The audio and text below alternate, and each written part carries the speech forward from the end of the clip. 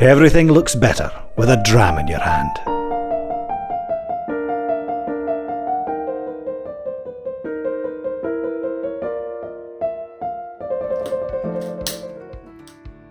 Again, hello and welcome to the Cask 88 Lock. Well, I can't really call this the Cask 88 Lock-in anymore. I'm obviously out and about. I'm taking a quick break on the East Nuke of Fife, a breath of fresh sea air. Total coincidence I'm out here, just to see the sun, the sea and the sand, and it puts me a little less in the mind of whiskey and maybe a little more in the mood for a spot of rum, perhaps. Now, you might remember a few episodes back, I was teasing Cask 88's first foray into the world of fine aged rum, heralding the coming of 3 new bottles, the first in the Cask 88 rum collection. Well, they're here, as of today. A sunny slice of the Caribbean to blow the socks off even the most dyed-in-the-wool of whiskey drinkers. A 19-year-old rum from Nicaragua, and the 20 and 21-year-old rums from Guyana that you saw me tasting with Yonick David all those episodes ago. Naturally then, this episode will be a focus on rum, but from a whiskey drinker's perspective. Now, we whiskey drinkers at Cask 88 have to admit that we've learned something that brought a little pink flush to our cheeks. The rums that we thought were a certain type of rum agricole. We've since learned that Guyana and Nicaragua aren't in the habit of making rum in the French way, so our rums are made from sugar molasses in the old British or Spanish tradition. What can we say? We are, after all, whiskey drinkers, and there's still a lot to learn about rum. But it's the details that make it taste so fine, after all. So time to roll those interviews, learn something together, and share the knowledge about what makes aged rum so special. Okay, I think we've got everything. On with the show. Cut. Captain Peterson, du har flaskorna.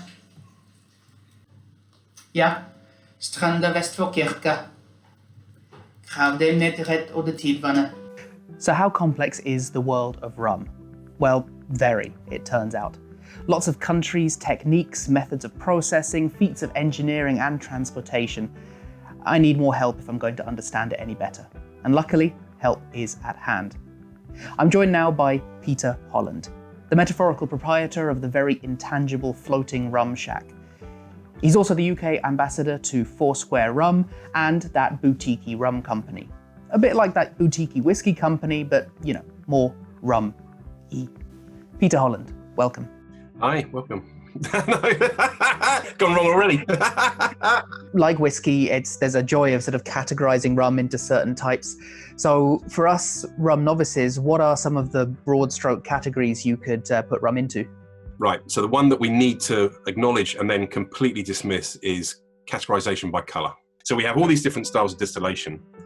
We have different regionality. So there are lots of people proposing different categorizations, but for me, the one that I subscribe to at the moment, it's not perfect, but it makes the most amount of sense, is the Gargano classification. So as a sort of English, Spanish, French styles of rum, because that's kind of how you can break down Spanish being that kind of lighter style, for example, from Nicaragua, Panama, Puerto Rico, places like that. The English style, Guyana, Jamaica, Barbados. So there are sort of consistencies about that. Invariably pot still, column still in the English blends, or pot still only. Invariably column only in the Spanish style.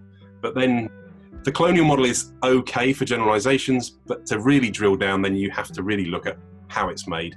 And so you're talking about, if it's a pot still only rum, a pure single rum, or a single blended rum, which is a blend of pot still, column still, so equivalent to Johnny Walker's of this world, that blended style.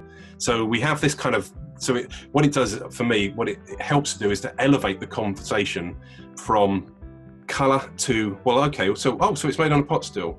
Oh, and where from? From Jamaica. Well, that then probably brings with it some other information that's probably going to be long ferment, heavier style. Or it could be the Guyanese, that rich, like the Port Morant or the Versailles, brings a different style to it. So if you couple the distillation method with a sense of regionality, then immediately, for those that have been drinking enough rum, that ultimately is the trick. You have to just try all the different rums. And our rums are just from 2 places. We have the 2 Guyanas, the 20 and the 21-year-old, and the 19-year-old Nicaragua. So what can you tell us that makes Guyanese and Nicaraguan rum particular? What you've got, so if we consider the Gargano classification, something when we have to dive back a little bit culturally as well, is that the English Caribbean and English or ex-English colonies tended to have more latitude to it. We don't have a big spirits production history in the UK, so we adopted rum when we kind of found out about it. Mm-hmm. And there was no limits on it, and also, of course, the Royal Navy buy in vast amounts of it to keep the Navy afloat. So we had a market. We were so as soon as they started making it back in the 1600s, there was a commercial market for it outside of the islands. That's an important factor. In the Spanish and Portuguese colonies, and the French for that matter, there seemed to be spirits in the home place. So Portugal, Spain, France all had their own things that they wanted protecting. They wanted to sell their spirit to the colonies. So rum production was actually kind of effectively stamped out. I'm sure there was moonshine and all kinds of things going on, human nature. But effectively, no one really, like in Cuba, rum, places like that, rum production started a lot later, centuries later. And so when they were allowed to do it, they were then looking around, well, what's the kit of the day? So 1600s, you only had the pot still. That was all there was. 1800s, late 1800s, well, actually, no, this newfangled column still, the patent still had come around. And so people were looking to use the coffee still. It's kind of like that. So people are using this technology of the day because you want to make it as efficient as you can. So there's historically, I'd say the Spanish countries, and I include Nicaragua in this, because we would have used more modern technology from the get-go. So they don't have this big history of things. So the lighter style of rum is something that's inherent to that country. So it's not, so in the modern era, the very efficient system, so it's not necessarily about the depth of character of the spirit, it's more about the way they age and blend. And that's quite important. It's not to say they don't have different blending marks, because they certainly do. And I'll be jumping ahead a little bit, but when I had a little nose on that, your Nicaragua sample, there was definitely some heavy rum within there. And so I think someone is using some sort of lower plate, just drawn from lower plates to get a heavier spirit. But Guyana is at the other end of the scale. Guyana have been making rum since the 1600s. So they've got these stills that over time, plantations combined for efficiency. As a distillery is combined, they'd say, well, we'll take that still and we'll move it to another one, to another location. So then you have 3 or 4. And over the period of time, from the 60s, 70s, 80s, 90s, through to about 2000, the stills all kind of eventually combined. So some of the rum you got here is made at distilleries that have shut. All right, extinct distillery rum. It's about maintaining that style of that mark, because there's something unique about that still. It creates a spirit that is very unique. And so they've wanted to keep these heritage stills together. And these rums have become the foundation of Navy rum and so many marks that, that they're vital. The world couldn't do without Guyana and its rum making. And to be fair, we couldn't do without Nicaragua and other places like that either, because it adds the balance to the sort of the economies of scale. So could it be that our 20 and 21-year-olds were made on different stills and that has contributed to their character? Yeah, I mean, if you were asking me to take the Pepsi challenge and say, Pete, what do you think, which one's which? I'd say the 20 is a Port Moran. I'd be happy to put a safe bet on that one. And then I'd say it's the 21's the Versailles, which is the single wooden pot still. If you want to make a rum that's going to stand the test of time, you could age it in the Caribbean for a long, long time. And tropical maturation is something we can't forget about as well. In a short space of time, you get a lot of extraction from the barrels. A really heavy rum will stand up to those years far more beautifully, far more tastefully, I would suggest. A lighter rum won't take a long, long time. It could very quickly become overpowered and be like chewing on a stave. So these older sort of British style pot still rums, they're more likely to reach those older ages because, 20 years old for a rum it's pretty venerable. Yeah, it is. And say if it was 20 years of entirely tropical maturation, that's kind of one thing. It's a thing, and so every barrel has a different history. And it could be that 20 years, 30 years in the Caribbean might overpower some marks. It might just be too much oak. Now, we can't confirm these details. Sometimes things are lost to the mist of time. Sometimes distilleries don't want to give every bit of information away. So it has to be speculation, but having tried the 20 and the 21-year-old from Guyana, what was the character that pushed you to say one was the Port Moran and the other was the Versailles still? There's a richer roundness that I find to the Port Morans, and there's a more of a kind of honestly, the Port Moran for me is just more rummy. I hate that. You know what? Yeah, I've saying this for years. It is the worst analogy ever. It really is. But it's just got this richness to it that is a kind of a rubbery vibe to it as well, I find, and that's a little different to the sort of solventy vibe. Honestly, I think you've just kind of just got to drink lots of rum. Well, Peter Holland, thank you so much, and it's been a real pleasure talking to you this afternoon. Thank you very much, man.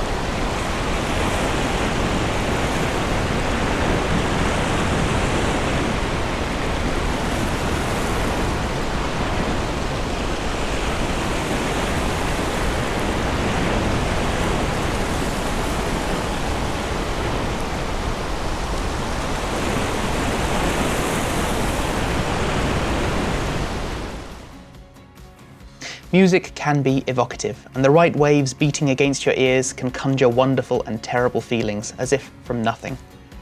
My next guests, Aisling Brouwer and Phoebe, know a lot about making the right sort of waves. As trained musicians and composers, they've created music to enhance a huge variety of visual arts, and their compositions have great cinematic quality. Together, as AVAWaves, they collaborate to create sweeping musical scenes without the need for much imagery. The music does the heavy lifting by itself. I'd heartily recommend pouring a dram of something nice, putting on an Ava track, and seeing where your mind takes you. They may be separated by geography now, but the musical spark that connects them is as strong as ever. A modern, technological world also helps. Aisling, Anna, AVAWaves, welcome. Morning, Sam. Thanks for having us. From the start, you were playing the kind of music that you're playing now, or you sort of worked around and found what sort of fitted most comfortably for you?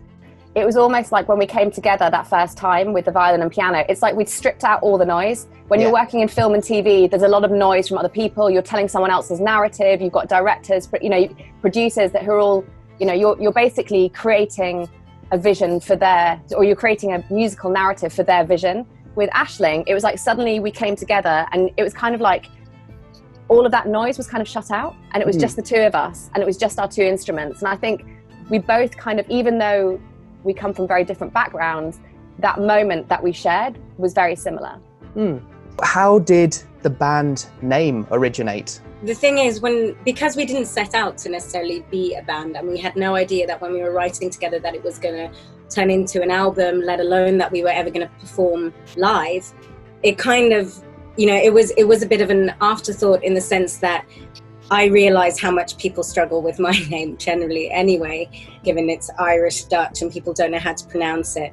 And then Phoebe and Aisling Brouwer is quite a mouthful and long sentence to remember. So we kind of were just looking for something that kind of encompasses us both. It was something we just both felt comfortable with. And then, AVAWaves obviously ended up being the name of our debut album. So we ended up combining them and calling it AVAWaves.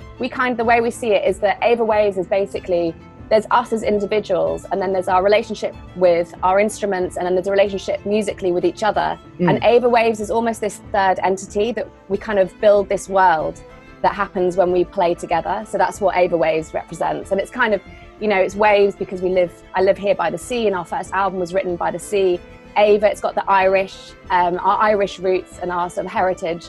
So you mentioned working for film and TV. Would you say that cinematic was a fair description of the sound of AVAWaves? Yeah, I think definitely we both write for film and TV, and so I think I've always been very inspired by visual narratives, and Anna too. And often when we are writing together, whether it's an expression of an emotion or a photograph that inspires us, or an art exhibition, or a film, there's usually always some kind of visual elements, whether in our head or on screen. And so I think that naturally kind of became the sort of style that was most natural to us to express ourselves in.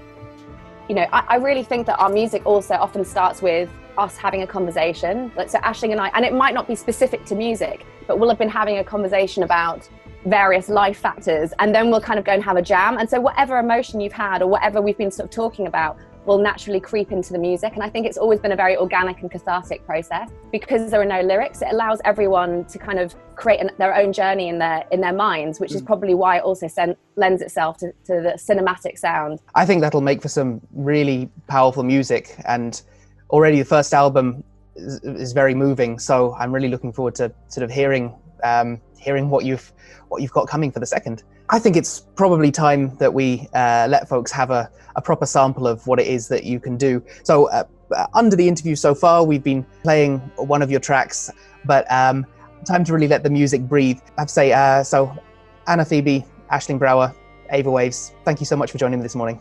Thank you.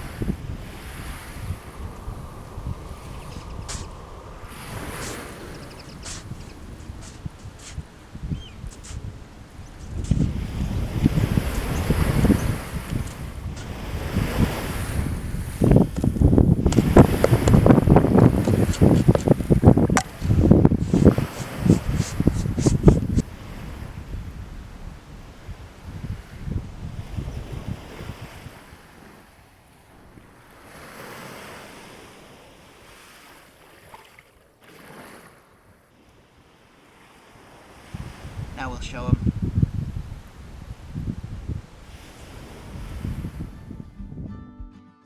Word does travel fast in Guyana, and after my tasting with Yannick, he very graciously didn't finish the entirety of his sample and instead passed the samples on to British High Commissioner for Guyana, Greg Quinn, who's something of a whiskey and rum connoisseur, so he's going to do a little tasting of these rums with me just now. Greg, welcome. Great to have you here. Thank you, Sam. Thank you very much for asking. As you say, Yannick and I go back quite a while. He knows that I'm a big fan of all things rum. I've come to appreciate very much what I consider, and some people would say I'm very much biased after 5 years out here, what I consider to be the best rum in the world. And let's be in no doubt as well. I mean, think of the history of Guyanese rum as well. Guyana did at one stage provide all of the rum for the Royal Navy. Well, I don't want to give any spoilers for what we're about to get into, but would you like to sample the first of the two? Definitely, most definitely. Which one are we going for first, Sam? I think let's do it in the same order I did it with Yannick. This is the smell of real Guyanese rum to me. I think it's that sweetness. There's a subtle difference in the sweetness to rum from here. Yannick mentioned soursop as a kind of a fruit tasting note. Well, another thing not to argue with is your palate. So, Slange. Slange, man.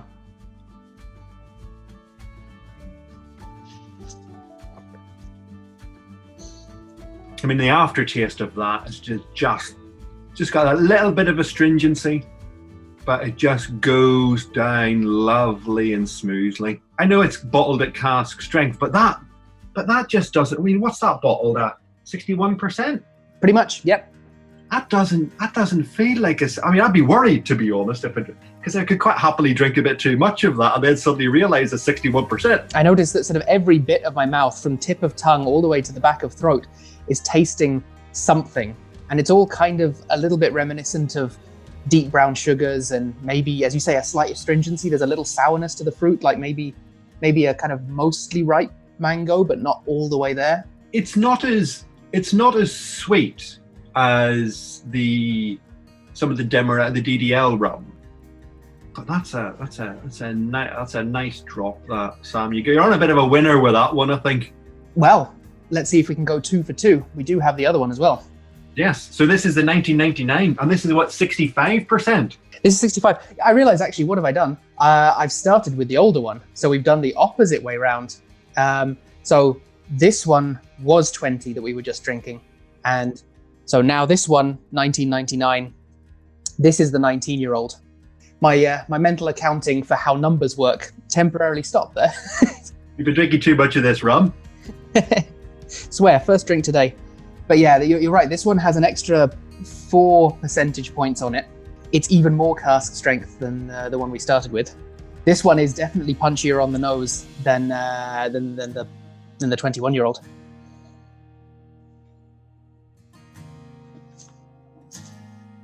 Well, that gives you quite a hit, doesn't it? In a good way.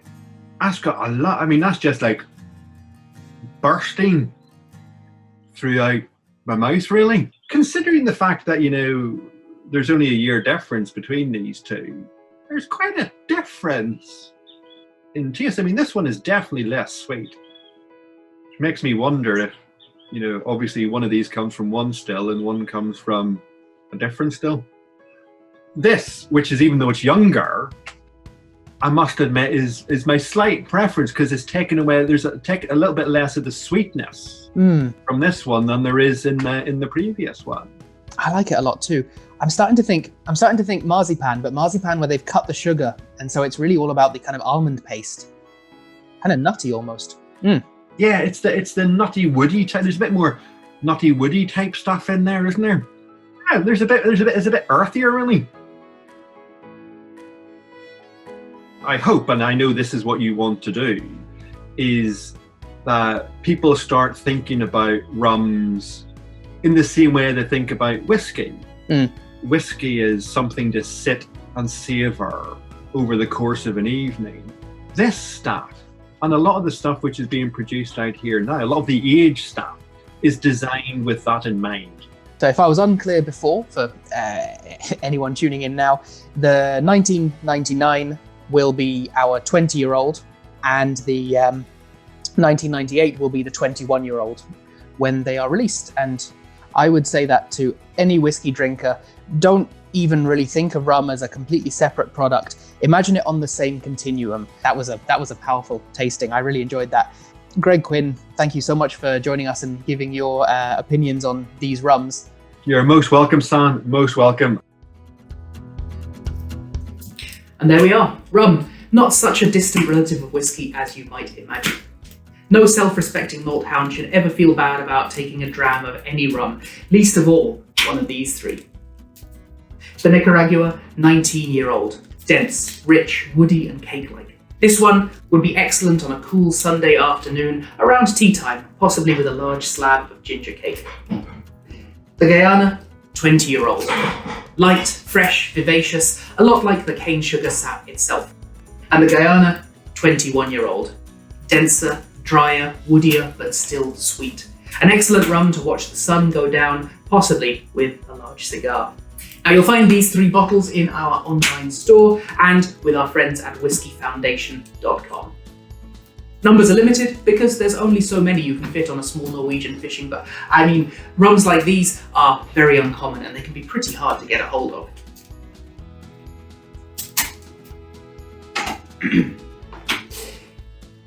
Give them a go, whiskey drinkers, trust me. Episode 12 in another month, and I imagine I'll be talking about whiskey again. Watch this space as well for our extended single cask interviews. Like, comment, subscribe, know it all. So goodbye for now. Skål. Slange